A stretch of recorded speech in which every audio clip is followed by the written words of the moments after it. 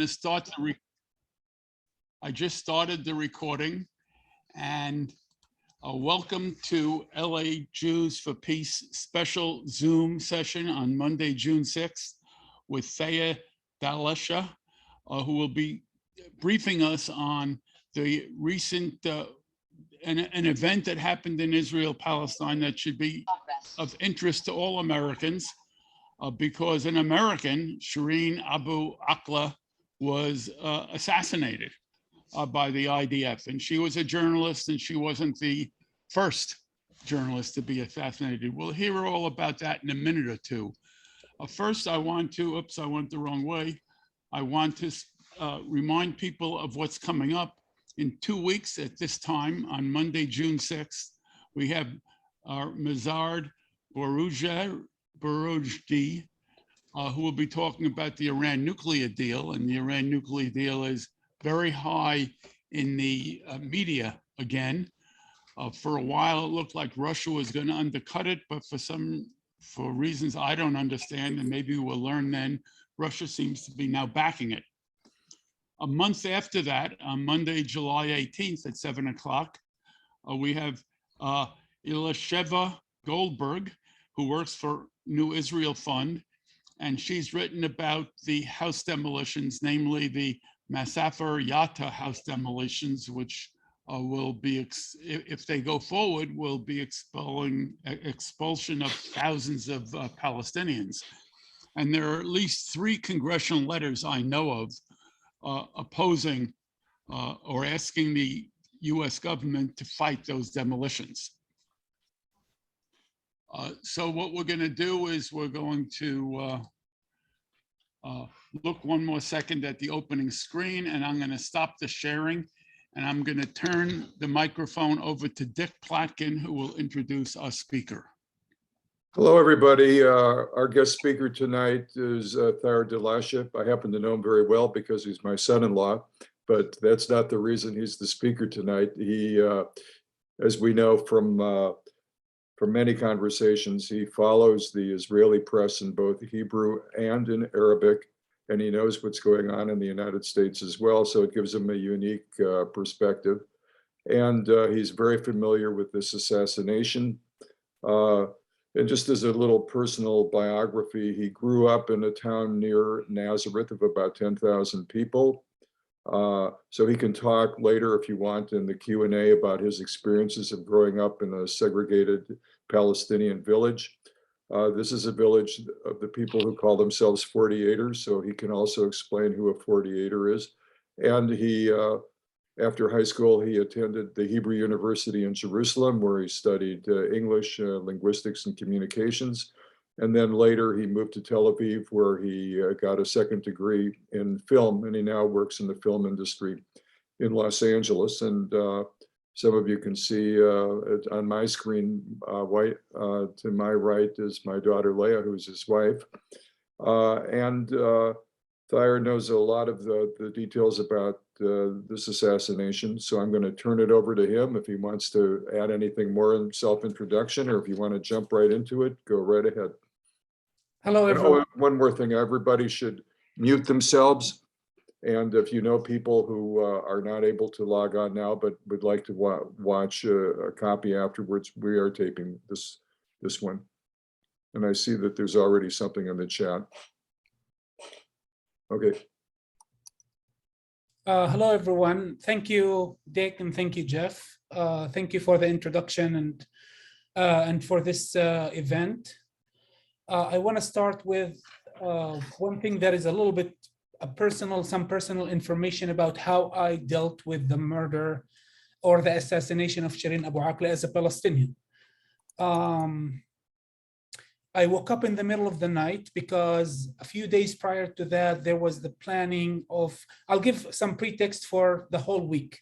A year prior to what happened during the beginning of May, there was the events that happened in last May in 2021, where basically settlers accompanied by Israeli forces, police and military raided the mixed cities in Israel, that Palestinian 48ers like myself also live in there. I mean, when I say mixed cities, they have both ethnicities, like both Palestinians and Israelis, but they're not really mixed because it's a system of segregation in those cities.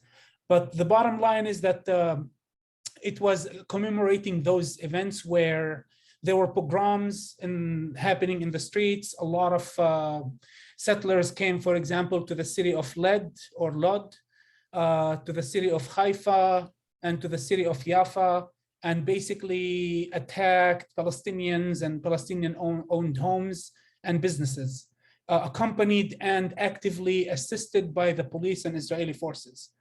A year later, which is this year during May, and specifically May 11, or the week of May 11th, I was following the news very closely, and there was like warnings of bad things are going to happen. And I had really a lot of trouble sleeping at night. And the night I woke up, the night of the 11th, I woke up in the middle of the night with like a really bad gut feeling. And I had to, open my phone and to see the news, what is happening. And the first thing I saw that Shireen Abu Akleh was killed. Without knowing any further information, my heart sunk. I honestly felt like I lost a family member. And every Palestinian, and not just Palestinians, Arab around the world have this idealized perspective about Shireen Abu Akleh. She was truly a force of nature, a person who lived for the cause and truly died for the cause, died trying to cover what was happening in Palestine and what the Palestinians were enduring for her 25-year coverage at Al Jazeera Arabic. I felt devastated, and I had 2 days of mourning. Like I couldn't really think or do or even like do whatever that can distract me from the fact that we lost an icon. We lost a person that showed our struggle in the most authentic way. And we believe, not only myself, but almost every Palestinian I know, and probably most Palestinians in the world, feel that this was deliberate. This was an act to enforce a collective trauma, and it was planned. That it wasn't like, oh, we have her right now in a scope all of a sudden, and let's shoot at her and see what happens. We believe that it goes further than that, that she was actually lured in and assassinated. And there are a lot of debate happening on social media. It's I couldn't find outside of social media like articles about it right now, but a lot of resources and her last message that she sent in her social media, saying that she was on her way to Jenin to cover up what is happening there, which is an IOF, or if you will, IDF invasion. Invasion of the Jenin refugee camp. We call it IOF because we don't see it like the Israeli occupation forces, because for us, it doesn't really defend the state of Israel. It actually occupies the West Bank territories in Gaza, although Gaza is more, an open air prison, but it's still under occupation. Going back to Shireen Abu Akleh, so basically what happened to Shireen was that she was covering possible clashes that happened between Israeli soldiers and resistance forces, Palestinians, in the Jenin refugee camp. And there was a few sources. One of them was a video that shows her wearing like the full gear of the press, wearing like the blue protection vest, bulletproof vest with the words press in the front and in the back, and wearing the helmet, accompanied by other journalists. And she was marching towards the Israeli I don't want to call it an outpost. It was a military vehicle that soldiers were inside of it. So she was basically walking slowly towards the military car, and out of nowhere, like you don't hear any kind of bullets hailing from both sides. You hear nothing other than people who were looking at the scene and seeing that there's a very famous journalist right now, sort of a VIP, if you will, covering an event, and that's usually attracts a lot of people who luckily they were holding cameras and filming the whole thing. A few minutes in, you see that there was gunshots aimed obviously towards Shireen Abu Akleh and her colleagues who were also at the scene. And you see in the video, which I can share maybe later on, but in the video you see that like she falls down dead, basically, from the first bullet that hits her in the head. It's basically behind the ear and like between the ear and the, oh, sorry, behind, like in front of the ear in her sort of this area right here, with a high caliber round that is used by Israeli military snipers. And that was confirmed, by the way, with the Palestinian investigation that clearly showed that she was targeted and shot deliberately. And after that, after the shot, another journalist, I think I forgot his name, but he was the producer of Al Jazeera working with her. He was shot in the back. And then the video is like heart-wrenching a little bit, a lot actually, not a little bit. You see that some journalist called Shada Hanaishi, she's like the main witness basically, who was there hiding behind a tree, looking down at her dead body, at Shireen Abu Akleh's dead body, and trying to, drag her from the bullets. And you hear and you see more bullets hailing towards them and hitting the trees and hitting around them. So not only that she was assassinated, but she was also prevented from any kind of possibility to be helped. Those bullets were targeted at the people who tried to drag her from the scene and maybe like to give her some medical assistance. There was another, excuse me, sorry, dropped it. There was another journalist named Mujahid Saadi who was heard in the video screaming at somebody to help her, like somebody to drag her, and another person then jumped, who's like, I didn't get to identify him. He wasn't really like, nothing was published about him, but you see him jumping over like a wall and drags her from the scene after a few minutes. And then like she was basically dead on impact. From testimonies of her other Al Jazeera people who went to, to her funeral, and they actually got to say goodbye to her. They describe a brain, like, the head that was, the skull was completely shattered. Like, it's like, I'm sorry for the description, but it was mushy. That shows that like the impact wasn't something that like a bullet ricocheted or something like that. It was a direct impact by a bullet that was identified right now only by the Palestinian authorities, which they refuse to collaborate with any Israeli investigations.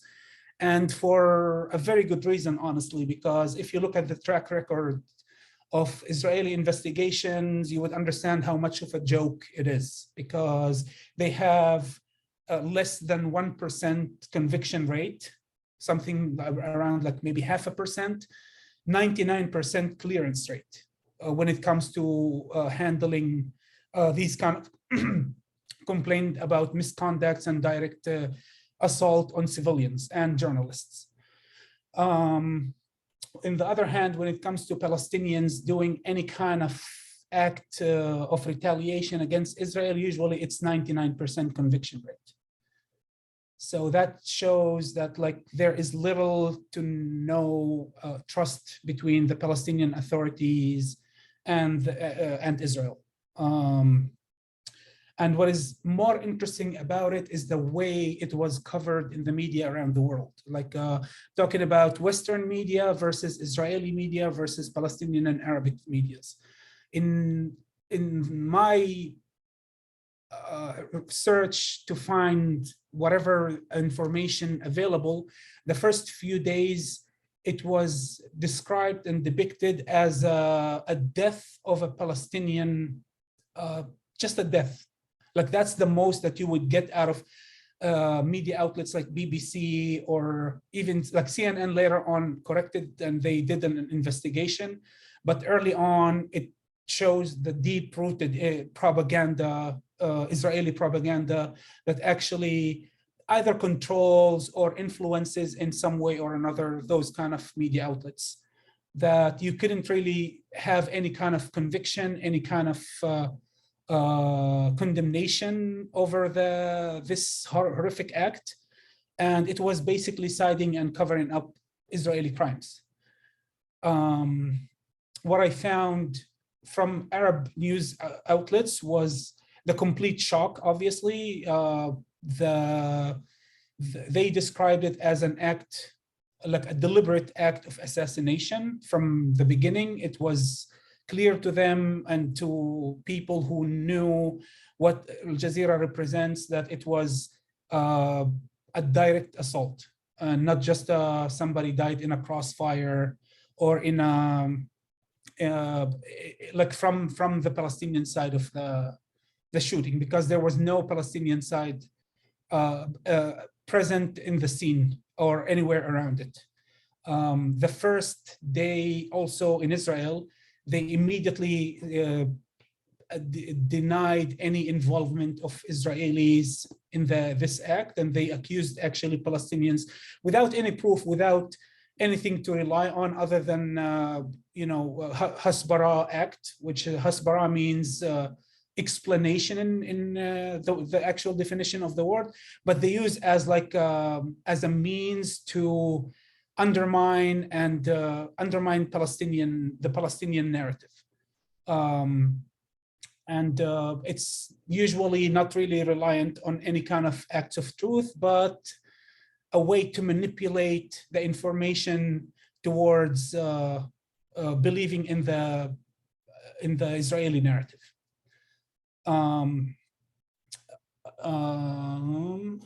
Yes, and the Israeli narrative changed in the next 3 days that followed the assassination. They changed at least 4 times, because they started first accusing the Palestinians. Then when the Palestinian says that they have a bullet, before even investigating the bullet, the thing said the narrative changed to there might be a possibility of a crossfire that happened, and she might have been hit by an Israeli soldier. Then they say that they might have the weapon and the person that actually shot her. And towards the end, they said like, oh, and then they requested a joint investigation with the Palestinians. And lastly, they actually said that we would not investigate it because we don't see any kind of act of crime that was committed.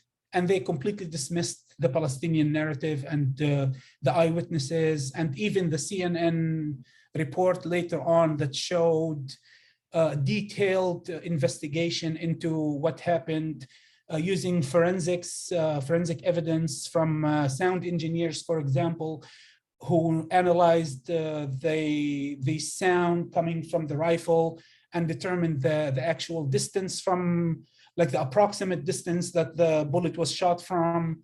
The eyewitnesses, that all of them clearly saw a deliberate act, and the act didn't stop by just one bullet and assassination, but continued in shooting other people who were present there, clearly marked as press.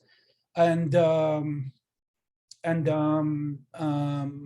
then they shot to prevent them from providing any kind of medical help. What I wanted also to mention is that this is not the first. Shireen's case is a little bit different because she was very famous. Sorry, not infamous. She was very famous and known and respected and loved by millions of people. I remember growing up during the second Intifada. She was the voice that was, although we were younger and weren't really interested in the news, but her voice shaped us. I remember my younger sister standing in front of us and saying, Shireen Abu Akleh, Al Jazeera, Janine. And she was, I think, 7 years old, the most. Yeah, that's something that really impacted all of us again. And but the thing is, it's not the first, and it wouldn't be the last, because last week another journalist was killed by Israeli forces. It's not even, I tried to look on any English-speaking magazines or news outlets or journals, and I couldn't find anything about her. She was less known. I think she was starting a new job. The same day she started a new job, she was killed by an Israeli round to her chest. I did also try to figure out numbers, to see how many Palestinian journalists were killed in Israel-Palestine by Israeli forces. I found multiple things. One of them, one second, it's the UNESCO Observation Center. And it says that there were, since the year 2002, there were 19 Palestinian journalists killed. And that doesn't include, so it's actually 20, because there is no record of the latest one that got killed near Qalandia checkpoint. It's a real tragedy that it is almost impossible to have a clear indication worldwide a clear condemnation worldwide into such a mundane thing to be condemning, which is a murder of a Palestinian journalist, Palestinian American to be exact, because the fact that she's American doesn't really hold anywhere, because she has also the title of being Palestinian, and it shows clearly that Palestinians don't really matter to the world, and it's completely either swept under the rug usually, or manipulated into just a regular person dying on the job, and not describe it what it actually is.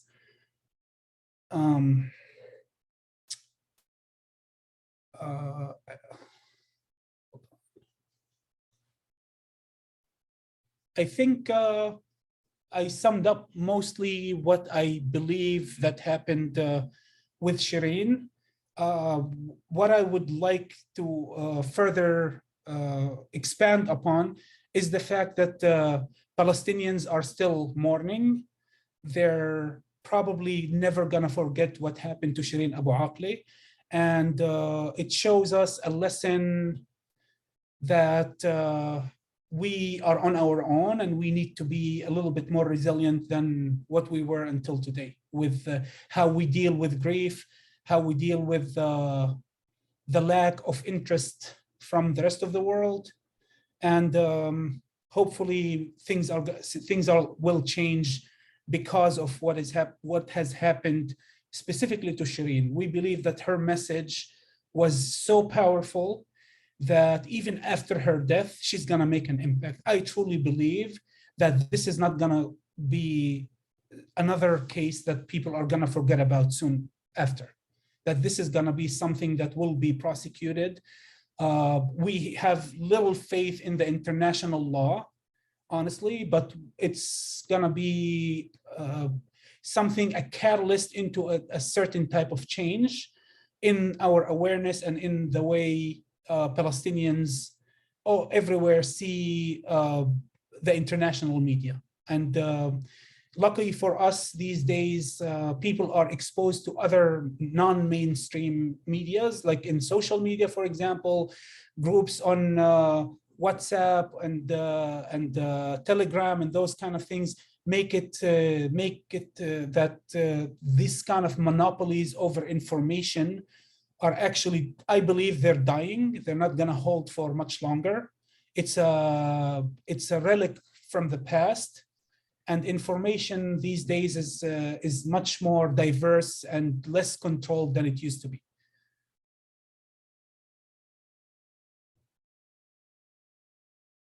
And yeah.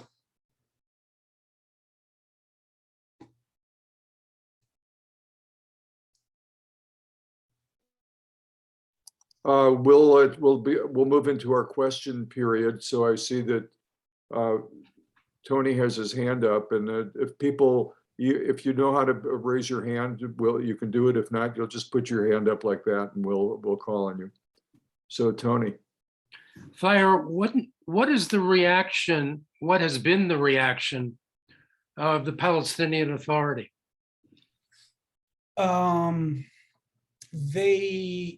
What I believe and what I read, of course, is that they refuse any kind of cooperation with Israeli authorities. They clearly stated that they have zero faith in this Israeli system of prosecution, and they believe that the request for the bullet, which is the main evidence, is just to cover up and make the Palestinian side not credible. Yeah. Has Abu Mazen himself? That's said Abu anything? Mazen himself, yes. Okay.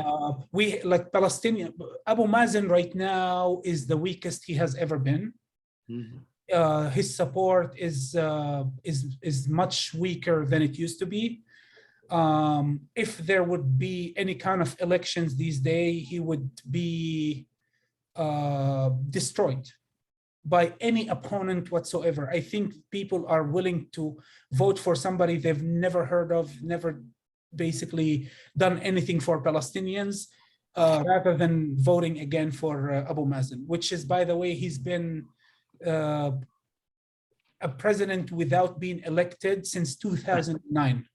2009. I was Yes. going to say there's been no election for Last time it was in 2005. He was elected in 2005. His term ended in 2009, and he's been still the president, the dictator of Palestine ever since. And he's called by people like myself and a lot other as a collaborator more than an actual president. I also wanted to add something that I completely forgot. Bear with me, that Shireen was murdered and then she was assaulted after she was dead. During her funeral at the French hospital in Jerusalem, a lot of people, a lot of Palestinians gathered to commemorate her, basically, and to pay her the respect by taking her casket and that's an Arab thing. I don't know if it's everywhere around the world, but like to carry her on their shoulders. That's very important. And the funeral was brutally attacked by the Israeli forces. And the goal was to basically, that was completely, like, from the videos that I've seen, it's not anybody's, a lot of people wrote about it. A lot of people agree with me. It was an attempt to make the body fall from the casket and to lose its dignity. That was the only goal of the Israeli attack, the Israeli forces. It was unprovoked, it was unnecessary, but it was to show that, like, even your idols, your Palestinian idols, are nothing to us. And we have zero respect to your grief and to your mourning.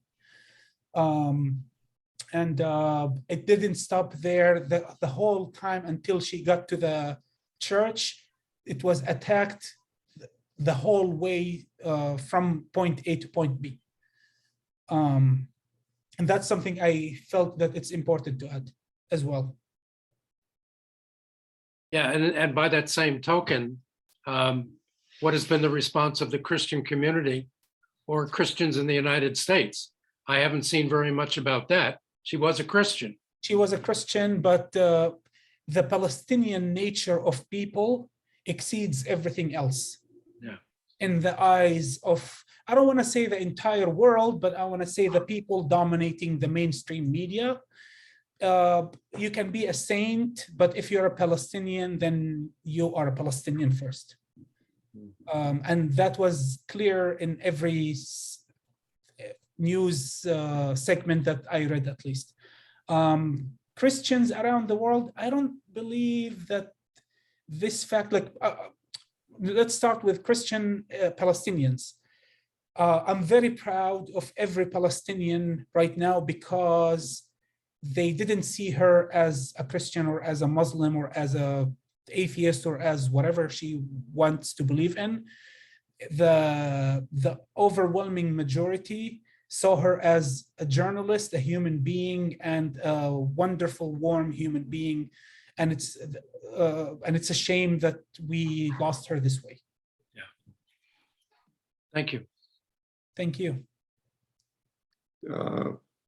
Just to let people know, if you can raise your hand if you go down to reactions at the bottom of your screen. There's a raise your hand. Okay, Jeff. Uri's hand is raised. Yeah. I think Uri has a question or a comment. You want to call? I'll call him, Jeff. Yeah, I think you were next. Okay, yeah, thank you, Sorry. Saya. Let me focus in on the bullet. How useful would the bullet be forensically? For example, can the bullet distinguish an Israeli gun from a presumed Palestinian gun? What else can they do with the bullet? So what I understand and what I read, and from playing a lot of video games when I was younger, not every bullet can be identified from which source, but a sniper rifle bullet is something that you don't really find with the people who are, let's call them resistance warrior, or like in Jenin specifically. They would use either M16s or AK-47s, or the Carlo, the very improvised Palestinian shotgun. So those have low calibers. They're different. Their wounds would be different. Their impact would be different, and the damage that they do is basically less damage that they cause. But a sniper rifle is like, it's a long range weapon that the goal is like to hit in like to kill in the first impact, on impact. And usually these bullets are armor piercing, and if there's no armor, they would explode on impact or after penetration. So the fragments they found, what I saw from the Palestinian Surgeon General, I believe his title, the person who was in charge of the autopsy, clearly indicated that it was an exploded bullet, and they managed to take fragments of it. It wasn't a bullet that, like a regular bullet from a gun, from a handheld gun or a short rifle, doesn't explode in the body. Usually it might stay in the body, or it can give, it could have an exit wound. But it doesn't really like cause as much damage as those high caliber rifles. So it was clearly a sniper rifle, and it's exclusively used by Israeli army. Okay, Billy Norris. You have. Yeah. Okay. Hi, everyone. Hi, Jeff and Dick. It's been a long time since I attended a LA Jews for Peace event. I'm in Santa Maria, California, and Thayer, I wanted to express my gratitude for your presentation, and I'm so glad you're recording this. And I have to leave in a couple of minutes. I've been, what's the word? Well, you've shared in the life of Shireen. I have her on the other screen on her Facebook page and stuff like that. I will do all I can to not just get the word out, but more deeply my resolve to support the cause of the Palestinians, to what's the word? People hold a lot of negative information about Palestinians or about people, about this, or about that, and so on. And it's ignorance, and ignorance is much easier than knowledge. I'm in a 12-step program from 37 years, and I'm writing a 12 steps for all kind of thing, which is a path to let go of resentment and fear and anger and stuff, and to approach life with love and compassion and understanding and willingness to grow. And so anyhow, I'm on board with you all. And Thayer, thank you so much. And I'm going to put my email address in the chat. Anyone's welcome to communicate with me. And thank you, Jeff, for the invitation. And I'll be talking or emailing about dues also. I will become a dues paying member, but I do need to say goodbye and thank you, Thayer. Thank you. Thank you. I appreciate that.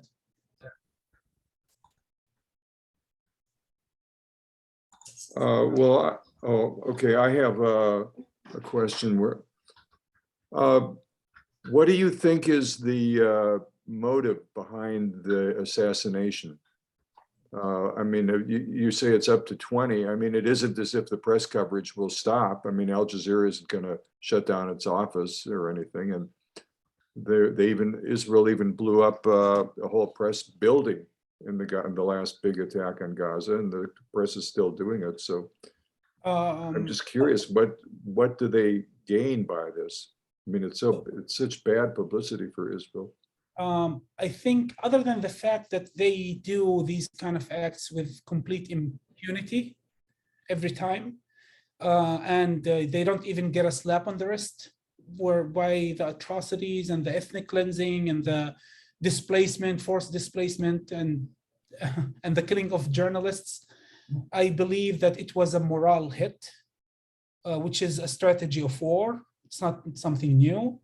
To hit the morale of Palestinians, and to show basically that none of us is protected and none of us is safe, and it can happen in front of a camera.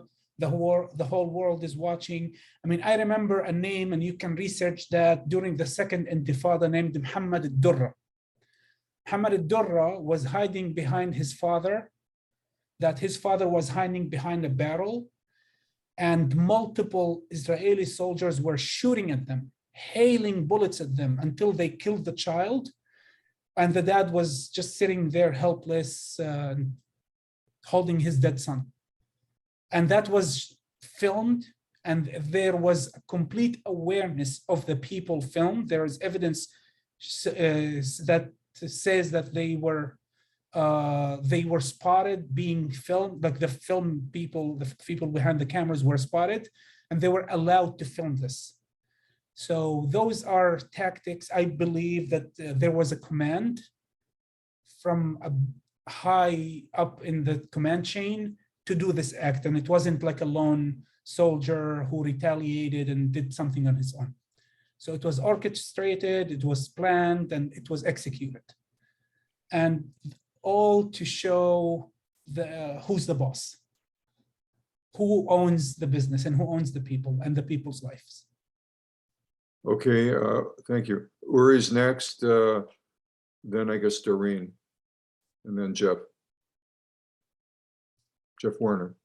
Hi there, how you doing? Good, how are you?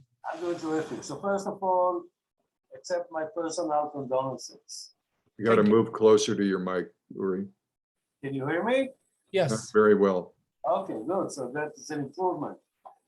So a couple of things I want to play the devil's advocate, but on one hand, I think the Israelis, whether they intended to kill her or not, shot themselves in the foot 10 times worse when the pictures of the funeral were all over the world. That was 10 times worse, whether the Israelis killed her on purpose or mistake, or it was whatever the story is.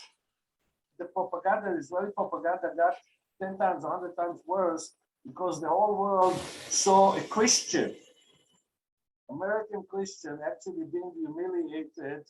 And this is really the decency of any human being who said that was kind of against it. So I'm not sure, by the way, I read the Israeli press about it continuously, and I think it was a mid-level decision. It was not a high rank because they would have known that it would create a major issue.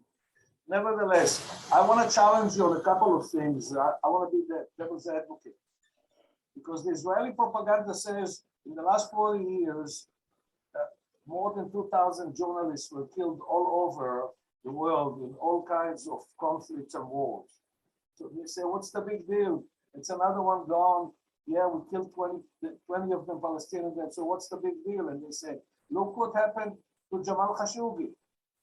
Yeah, they assassinated him. The Saudis, the United States knows it. He was an American green card.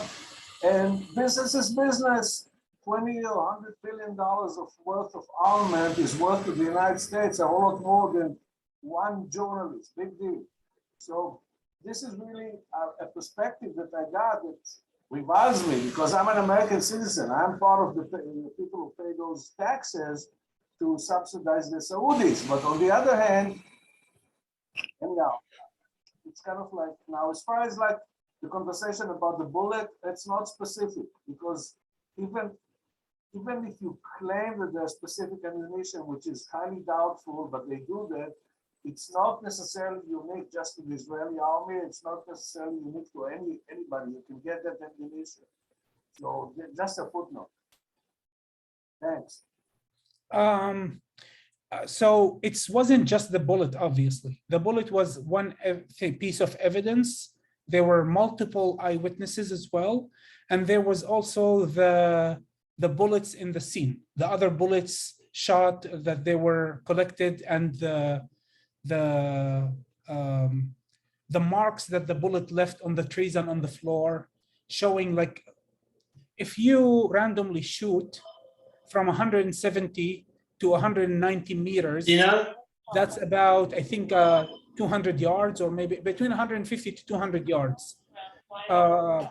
If you shoot without aiming, it is almost impossible to shoot at the same target that is like about 5 to 6 feet radius, right? From that far away. The bullets would be probably hundreds of feet apart, maybe tens of feet apart. But the way they were, like the fragmentation, the impacts that they did, they were like in the same area, and it shows a deliberate, and that's from CNN as well, by the way. You can look at the CNN report and you can see what they found out alongside with the Associated Press as well. So both of them, like I agree with you, I wouldn't rely on just the bullet. The bullet is one piece of the puzzle, but you have multiple evidences and eyewitnesses that says that it was deliberate. And honestly, even you don't need to be that much of an expert on those kind of things. You can just watch the video yourself and you would see that it was deliberate. It wasn't accidental. Maybe they didn't want to kill her. Maybe they wanted just to shoot at her, but it was deliberate that she was on their scope. She was like the target, or the journalists in general who were with her. Okay, Doreen. Thank you, Thayer, for this very detailed explanation. What have you followed, what, if any, reaction there is from the left in Israel to this? I did read about it on 972, but I didn't follow anything after that. It's very interesting, actually. Individuals, yes. I know, and I follow individual Israeli leftists people who would write on their social media, and they condemn it. Of course, they believe that this is a very sad moment for Palestinians and for the truth. But the thing is, it is a minority and a very small one. If you follow any Israeli media, mainstream or not, it would be either complete dismissal to the fact that it happened, like we don't care, so what, she died, or even worse than that, dehumanizing her and making her basically the enemy of Israel because she was reporting, they call her Okeret Israel, like me, somebody who's undermining, like working to undermine Israel and the Israel status in the world. So it was like a lot of negative comments, a lot of negative things. And sometimes in major news media, like Channel 12, Channel 13, and Channel 11, the Israeli main TV channels, they wouldn't mention her name. They would say a journalist, a Palestinian journalist, for the first few hours. They wouldn't even mention her name. And then they would justify it that like she was in a confrontation zone, and basically that she deserved what she got. That's the sentiment that at least I saw from watching the news channels. Thank you. We had a couple of questions in the chat. One is from Sona. Sona, you want me to read it, or did you want to ask it? You can read it, Dick. Okay. Sona said, is there anything we can do in terms of demanding justice other than sharing on social media? Any international organizations we can write to? Political actions. I saw yesterday and today that there's a bipartisan group of senators who are formally demanding a detached investigation to the murder of Shireen Abu Akleh. Even Mitt Romney was signed on that, which is shocking to me a little bit. But I believe if you could, let's say, contact your representative and demand justice for Shireen Abu Akleh, I think that's like the least that we can all do at some point. Keeping her, posting on social media about her, and remembering her message. I think those are the main things that we can do. Thank you. Okay, Daryl. You said you had, and then we'll get to Jeff, who's at his electronic hand. Thank you. Good to see so many good friends here. Thank you. And thank you for today, because this has so affected so many. I have a flyer outside my door here about this death. Just a few things. I was amazed. The next morning in the LA Times, they actually really gave a pretty good statement. Of course, it came with the Associated Press. And although the first paragraph is in the passive mood, she was killed, but most of it was telling about what's happening, what she covered, and particularly talking about how she covered the forced home evictions, the killing of Palestinian youths, the hundreds of Palestinians held without charge in Israeli prisons, and the continuous expansion of Jewish settlements. This came from the Associated Press and was on the third page of the LA Times. I was amazed. And I just think we ought to, maybe I have a suggestion about that, but they are, I think, are to be commended in contrast to so many other news reports. Secondly,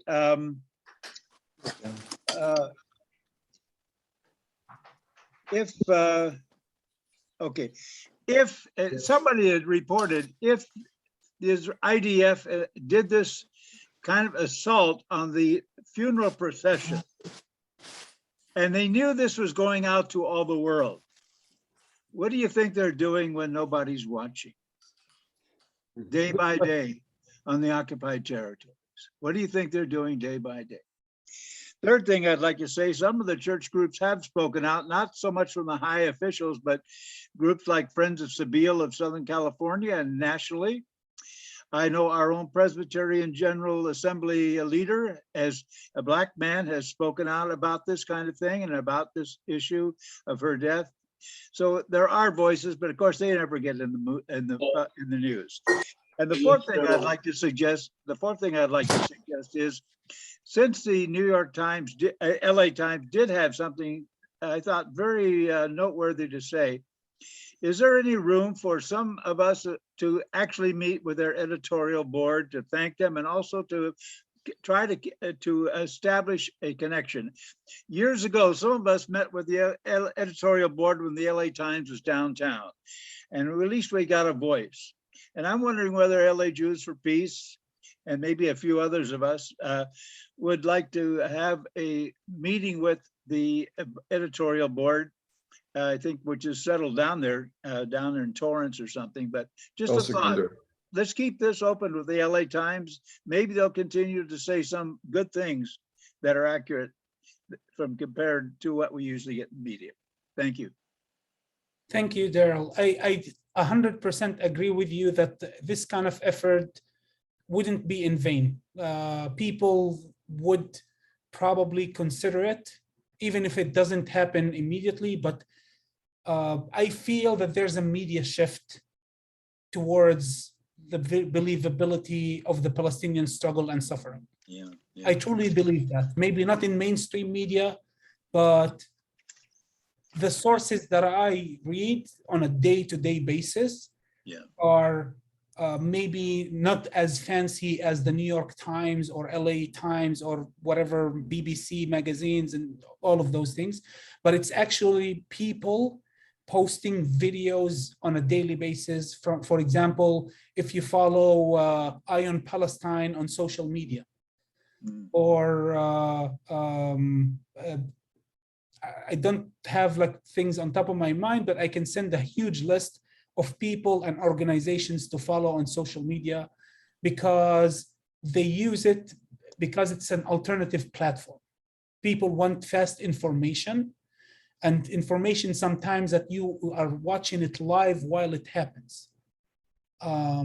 So those things are affecting, because as I said earlier, I believe that the time of monopoly over information is dying. And yeah, going forward with reaching out to local magazines and try to convince them that what they're doing, if they do something right, what they're doing is valuable, I believe that that has an impact. Yes, I agree with you. Just as an aside, I think it would be very helpful for people on this call and the other people who are going to watch it when it's the tape to have that list, because people mostly know electronic media that is easy to find, like corporate television, or they know websites like Electronic Intifada, but there's a lot of other sources of information that people don't know about. So if you could send that to us, we'll forward it to our various lists. That would be really helpful. Yeah. Okay, I saw that David Mandel had a comment in the chat. David, are you there? I don't see you. I am here. Okay, great. Multitasking, so I'm not doing a video. You can read it if you want, or I'll just say it. Thanks very much for joining us. I wanted to ask whether I've heard other numbers of number of journalists killed by the Israeli forces from the Palestinian Journalist Syndicate, as high as 50, and I'm wondering if you can, is there just a different definition of what constitutes a journalist or something? You know, I think that the facts are very important, and when some people hear discrepancies like that, they wonder, what's the real truth? And if you can explain that. Yes, I heard the same number, honestly, from I don't remember which news channel, but it was a news channel in Arabic, probably Al Arabi, which is a Qatari-based journal, like a news TV channel, or Al Jazeera. But I couldn't find the actual numbers, because when I look at numbers, I try to see if they have the list of names as well and the certain circumstances of death. What I found is 20 names, 21 names to be exact. to be exact, and since the year 2002. There was one year in particular, 2014, where 8 journalists were killed. But the number 50 also, I read about that. I saw that, sorry, in TV, but I couldn't really confirm or deny the number. Okay, Jeff Warner, then Tony Latwinko. Yeah. Well, first of all, Daryl, you're right. We got to encourage the LA Times, but the LA Times isn't really that alone. The New York Times covered it, and the Washington Post, and most of the major media actually covered that incident. But this incident happened in Jenin, and Jenin is part of Area A. That's the part of the West Bank that's solely under Palestinian control, Palestinian rules and Palestinian security control. So what the heck was the IDF, the Israeli army, doing there?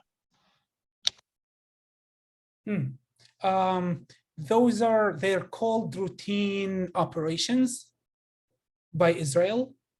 They would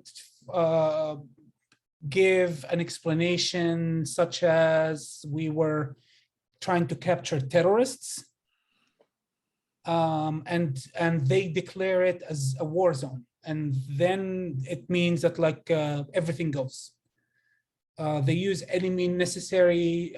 There are videos that show clearly shooting towards civilians in case every person in Palestine becomes the enemy. I mean, it doesn't really become the enemy because what I saw and what I believe and what I witnessed is that we as Palestinians, it doesn't matter if we're Palestinian 48ers with Israeli IDs or Palestinians in the West Bank or Palestinians in Gaza, the fact that we are Arabs, as Israel would like to call us because they don't want the name Palestinian to be legal, basically. We're all enemies. I was a potential enemy one time in a peaceful march in 2008. I was assaulted and beaten by at least 5 police officers in black uniforms without any kind of form of identification. And then I was dragged and put in prison for almost, I think, 10 days. And I was about to be prosecuted. My lawyers came the last night I was in prison and told me that I'm gonna be in jail for at least 13 years because they couldn't find any kind of form of alibi, or not an alibi, like an eyewitness that showed that I didn't do anything until the day of the prosecution, where they actually find the video that showed the whole incident, and then they drop the charges. Bottom line is, as long as you don't have the evidence that clearly showed that you are innocent, you are always going to be guilty. And people in Palestinians everywhere between the river to the sea in all of Israel, Palestine, are going to be treated like enemies. So the fact that Israel goes to Jenin, that Israel declares war on Gaza every other year. And they carpet bomb Gaza without any kind of remorse. And Gaza is 70%, I believe, of people in Gaza are under the age of 25. So think about how many kids under the age of 15 are in Gaza. And so, yeah, it doesn't make any, difference. Whether it's in Jenin or elsewhere. Israel feels that the entire land is Israel, and they act like it.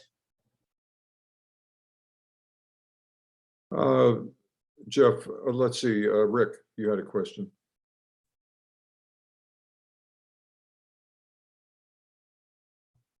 Yeah, thanks, Dick. Thank you, Thayer, for speaking about this so articulately.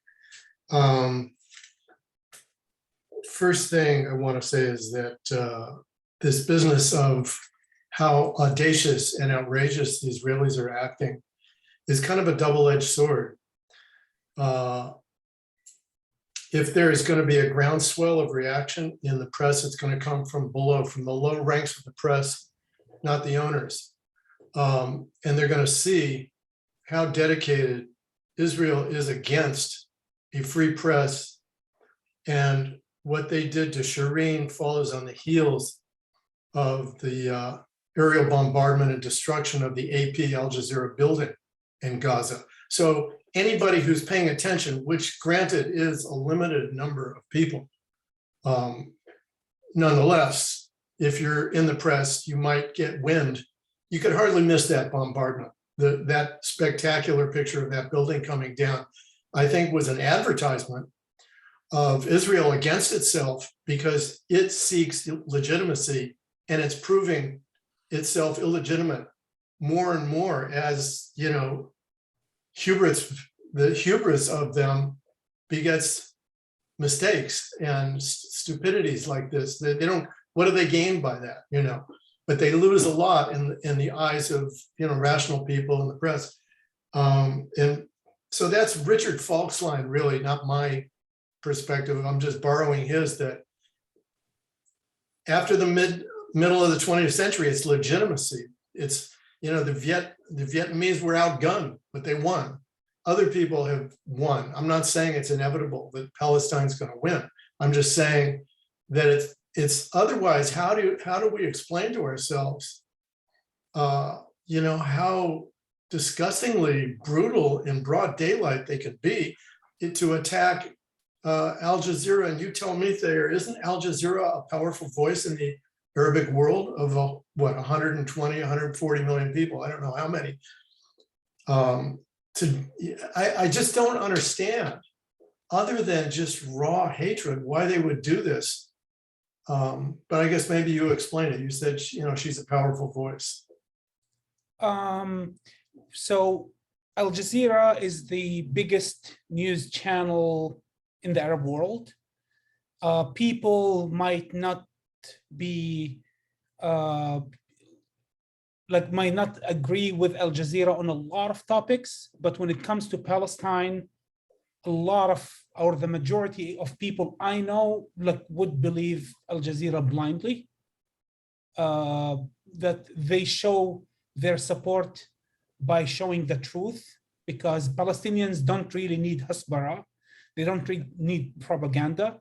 If you really are interested to know about Palestine, it's all out there, all for, you just go and be in Palestine. You don't even need to rely on things you see in the news or watch on TV. If you go to Palestine and just look at checkpoints and the huge walls around cities and the lifestyle of Palestine, you would understand that this is something that isn't, that this is wrong, that this is not the way people should live.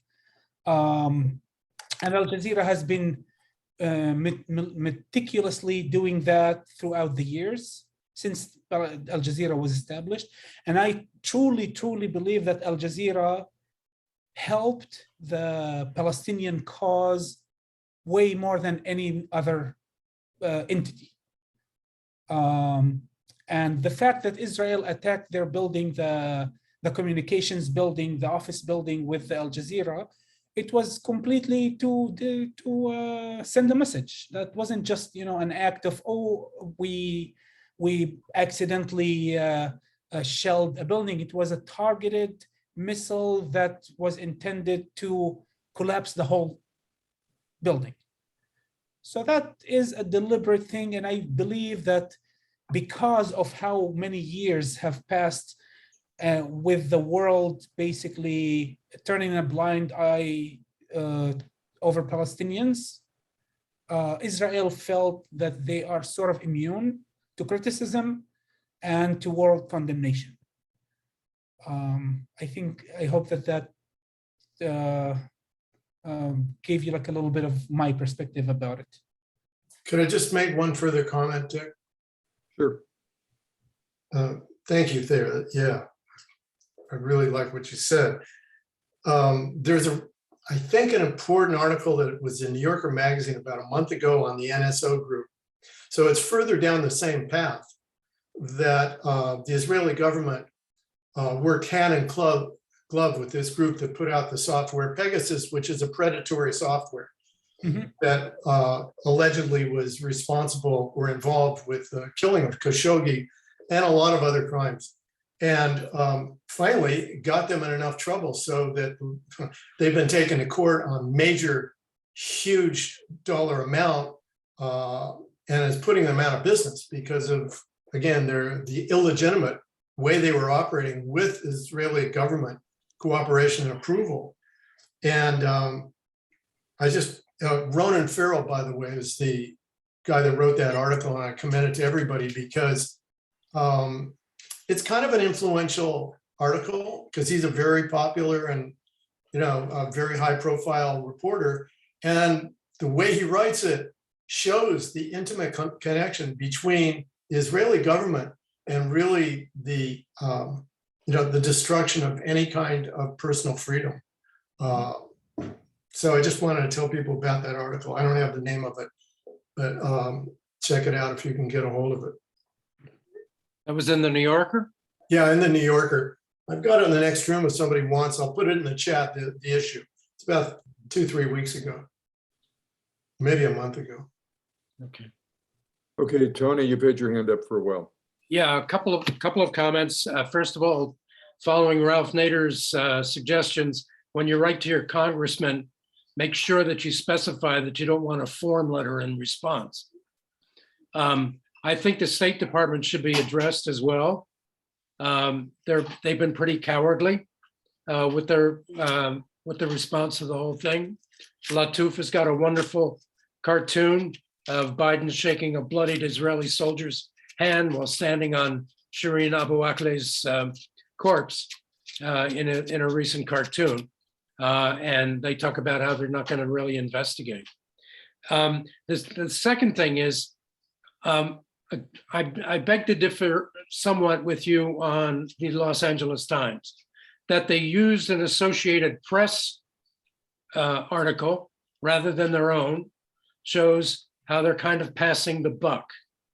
And if you look at the LA Times, the day when they were reporting on the Jerusalem marches, and you see this poor protester lying on his side with one Israeli policeman or soldier or special forces guy kneeling on his shoulder and another one holding a baton getting ready to hit him in the testicles. And the LA Times describes it as he was detained. We can go to the LA Times, but I think we should point out their cowardice. In general, I think the US press has been extremely cowardly with regard to the safety of journalists. And we've got an issue coming up with what is going to happen with our Wikipedia, WikiLeaks fellow who's hanging in suspense in the British court system right now. So this might be part of a thing to meet with the LA Times and accuse them of, well, not accuse them, but talk about their lack of courage in covering issues in the Middle East and freedom for journalists in general. Yeah.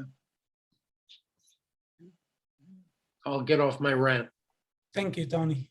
Actually, I don't really consume the LA Times at all. So I thought that there was like because I read the headlines and I understand immediately that this is biased towards the Israeli government and not really trying to convey any kind of truth. That's why I try to prevent from reading from them. But I thought maybe in this specific article that was discussed, that they actually had a change of heart and they do wanted to, mention the actual incident. I was going to offer another comment. At least for me, I've always thought of Hasbara, which you talked about, Thayer. Sometimes we translate that as propaganda or spin in English. Mhm. is something that happened in Israel, but I now realize that the corporate media, CNN, Fox News, MSNBC, the main newspapers, they have Hasbara as well. And I think it was the Ukraine where it really became obvious to me. And I'm curious about the contradiction because the Hasbara in the United States is, well, we're here to defend democracy. We have to give 50 or 60 billion dollars to the Ukraine to defend democracy. But I mean, the treatment of reporters blowing up a press building, maintaining an apartheid state, support for Morsi, well, I guess now Sisi in Egypt, Saudi Arabia. I mean, this is like the antithesis of democracy. So I wonder what your thoughts are about this gross contradiction in US foreign policy. I would start by actually stretching the term even further. I don't believe anymore that Israel is an apartheid state. I do believe that Israel is a white supremacist settler colony. That it's an ethno-state that divides between different ethnicities, different backgrounds. The world showed its natural face by condemning what is happening, like justifiably condemning the war against Ukraine, but from all the wrong reasons. It was discussed in multiple news how they're white people with blue eyes just like us, and they don't deserve that, the Ukrainians. Not that like there is, a conflict happening and we need to actually be neutral in the way we cover it and to show the progression and the outcome of the horrible war that is happening. Comparing to Palestinians, they're brown. Brown people, they matter less. And the world doesn't see us as equal to Ukrainians, although our struggle has been for 74 years, millions, resulting in millions of refugees. I don't know how many thousands of casualties and ongoing displacement and ethnic cleansing and, the annexation of Palestinian lands. And when I say annexation of Palestinian land, I'm not just talking about West Bank and Gaza, I'm also talking at the Negev, for example, which is al-Naqab in Arabic, and all the unrecognized Bedouin villages who more than 50,000 people are living in an unrecognized and uncared for environment. So when you talk to me about the comparison, there is no comparison. There are two group of people, which one of them is considered people and the other one is dehumanized. That's been clear since the beginning of the war about 100 days ago, 100 and so days ago in between Russia and Ukraine. And I try not to talk about it because the world has showed that they don't want to actually talk about the truth. They just want to be anti-Russian. I refuse to be anti-Russian, obviously, or anti-Ukrainian. I support the people of both countries, but I do not support acts of violence and military invasions.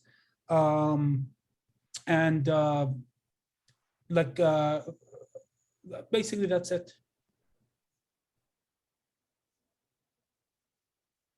I'm looking at, there's a few people who haven't talked yet. Do we have any other hands? Well, I have one more question then, and that is, if you could talk a little bit more about the social media sources that you've used, because Yes. I think a lot of people here don't know a lot about some of these sources, so it would be helpful. So the most credible ones, I would assume would be that I follow, that they have hands-on the most time-sensitive issues that happen right away. They cover, for example, what happens in Sheikh Jarrah which is a neighborhood in East Jerusalem that is under they're being like basically forcefully evicted from their houses. There's a court battle between the people of the owners of the houses in Sheikh Jarrah and the government that tries to basically displace them and give their homes to settlers. So what I mentioned before, Eye on Palestine, the Middle East Eye, for example, Pali Roots, which is an organization that tries to shed light. Individuals like Muhammad al-Kurd and Muna al-Kurd are basically icons in, they're both from Sheikh Jarrah. They're very, the brother Muhammad al-Kurd is, his English is exceptional. He is like very eloquent and he knows how to debate the issue of Palestine. His sister is, I don't know if her English is as good, but her Arabic is excellent, and she's like a field journalist without being part of any kind of organization. Those are the people on top of my head that I can think of, but I can send you an email after. That'll be great. Yeah. With everybody that I personally follow, that I believe that they have credible sources. They are credible sources. Do that. Okay, I think Jeff, you have your hand up. Jeff Werner. Yes, I do. Well, first of all, Thayer, if you can, I will send out the link to the recording in about an hour or an hour and a half after we're done. So I'll wait till 11 o'clock to 11 o'clock tonight. If you can get me a list by then, I will include it in that email that I send out. Yeah, sure. I think it's doable, of course. Congress has barely been mentioned in today's discussion, but there's been a lot more mention of the press, and Tony in particular is very upset, called the LA Times chicken or week or something like that. Well, the LA Times is a large organization, and as such, it supports the status quo. And the status quo is set by the discussion in Congress. And the LA Times does more now than it did 10 years ago. And that's because the Democrats in Congress are standing up more today for Palestine and justice than they did 10 years ago. For Some this particular, excuse me? Some Democrats. I didn't say every Democrat, Tony. I said some Democrats. There have been, there's been at least 2 congressional letters about this incident. And there have been at least 3 about the expulsions at Masafa Yatta. And I want to remind people that on July 18th, we're having this whole talk about those expulsions. So what you're going to find is that the large institutions, which include the LA Times and the Washington Post and the Philadelphia Inquirer and the New York Times, are going to follow the establishment, and the establishment follows what's dictated in Congress. So our goal shouldn't be trying to get the LA Times to be less weak. Our goal should be to get more Democrats and other people in Congress to stand up for justice. And already there's a strong movement among the Democrats. It's a lot stronger now than it was a decade ago. And even then it was stronger than 5 years before that. I keep a list of congressional letters that have to do with the topic of Israel-Palestine. And they're not every one, they're not one every month, but over the course of a year, there's a dozen or so. So our Sonia asked, what can we do? Well, Dick, I guess, answered, or someone answered, is talk to Congress. And that's exactly right. And that's where the focus of all our efforts should be. We'll do, even as hard as it is to talk to Congress, as difficult as it is because they don't want to listen, my congressman being one of the worst, will make more progress, I think, talking to Congress and trying to get the LA Times to be less chicken. Okay, thank you. Okay, is any more, Yossi Chen. Yeah, I was just listening to all the discussion, and in the beginning, I felt like I don't have anything to add because I was following this news every day. First, I want to tell you, thank you, Tyler, that you came out and put this special, unique perspective. As a matter of fact, I went to Israel day after the assassination of Shireen, and I went to a meeting that something to do with Abraham Initiative, maybe you know, and I had the day I left, I read the Washington Post report about the assassination, and I thought that this was a very good report because they approached B'Tselem, the Israeli human rights group. They did right away investigations. They challenged the Israeli official line that this was maybe Palestinians or exchange fires between. And B'Tselem said that the exchange fire was 350 meters for where Shireen was. And there were so many houses and buildings in between, there is no way.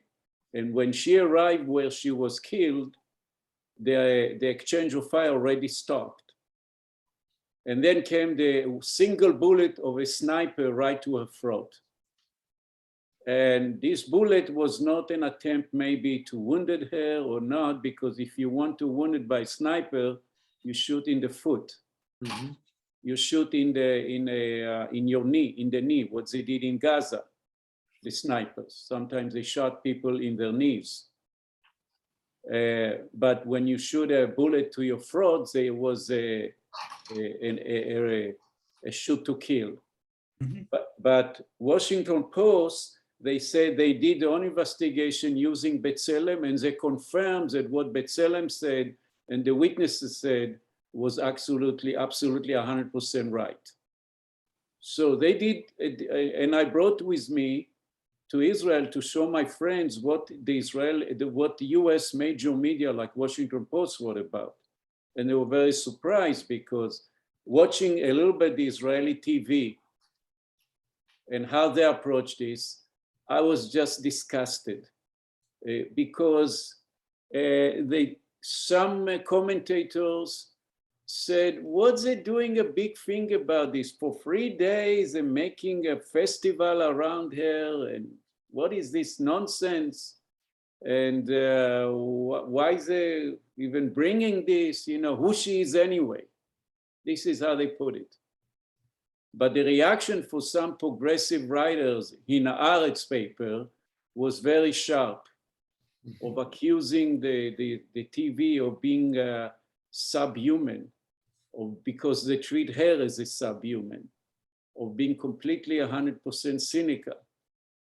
Now, you ask yourself, so why is they beating, why the police and when they're being the funeral? Why are they doing what they're doing? How they get away of this? And my 2 cents about this, the Israeli government and the Western world, or let's say the Israeli government is part of the Western world.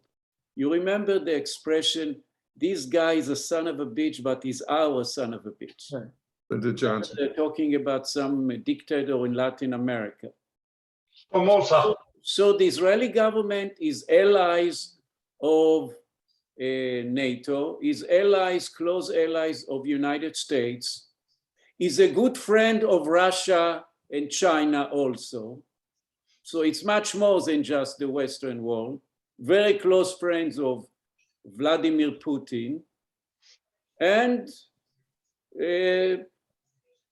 so they feel, at least from their point of view, that whatever they do, the aids from the United States and the US Congress will continue, the money will flow. So if shit happened, not a big deal.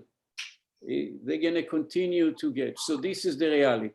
But a week ago or more, as I came back, or I think even where I saw it in an Israeli paper, Haaretz, sometimes they give information about what's people thinking in the US about Israel that you don't see in the US media. So they brought a Pew, PEW research. There was a poll was done in March, they said, and they show for the first time young people under 30 in the United States have more sympathy to the Palestinians than to Israel. And they say this is the first time. And they make the Israeli government people in Israel to start worry about this. And this is what it's showing what's happening in the US. And I think around the world that at least young generations, because social media and information they get, the governments are still with an old policy, but something happening under, among at least young generations around the world. And in the United States, I don't know what's happening in Germany or England or France, but Pew, he was talking about the young people in the US, for the first time, there are more sympathy to Palestinians. So it shows that whatever happening, it's building up under. And I agree 100% with Jeff about the shift that's happening inside the Democratic Party with a new member of Congress, especially, that there is some changes, that there is more openness and more willingness to criticize the Israeli government policy, and people like us have to take advantage of this and call these people and show them that you're doing a good job and try to talk to. I know that my congressman, it's a lost cause, is Brad Sherman, but at least others. I even say that we should call Alex Padilla because I believe that Dianne Feinstein got a problem. Of they writing that she became senile, unfortunately, So you're not sure you can talk to her, but at least to Alex Padilla, he's considered to be liberal Democrat. It's worth to put the pressure and using all this stuff that we saw and saying this is basic democratic rights, this is abuse, and how you as a senator of a country who pretend defend democracy, how you handle this.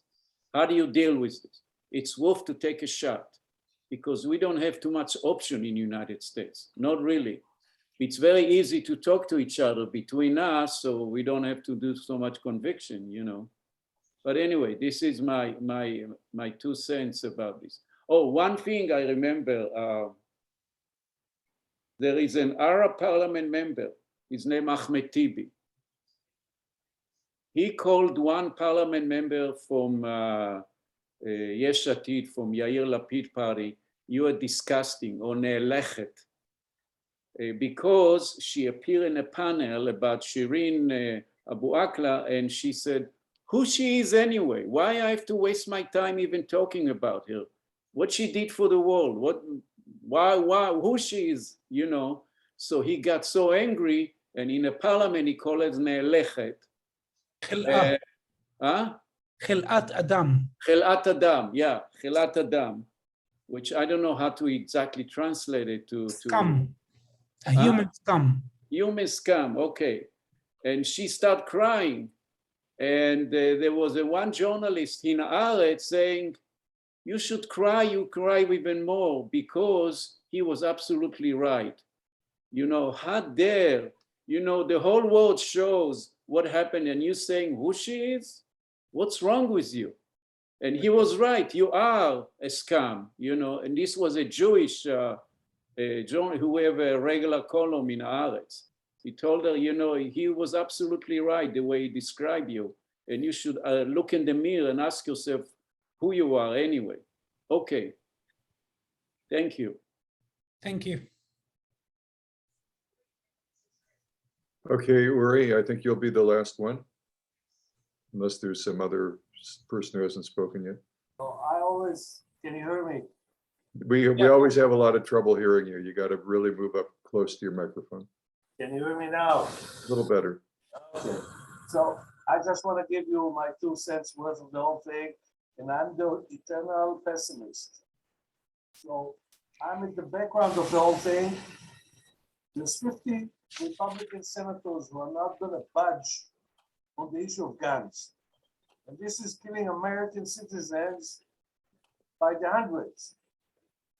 Why would the US Congress even care about what's happening in far-flung countries?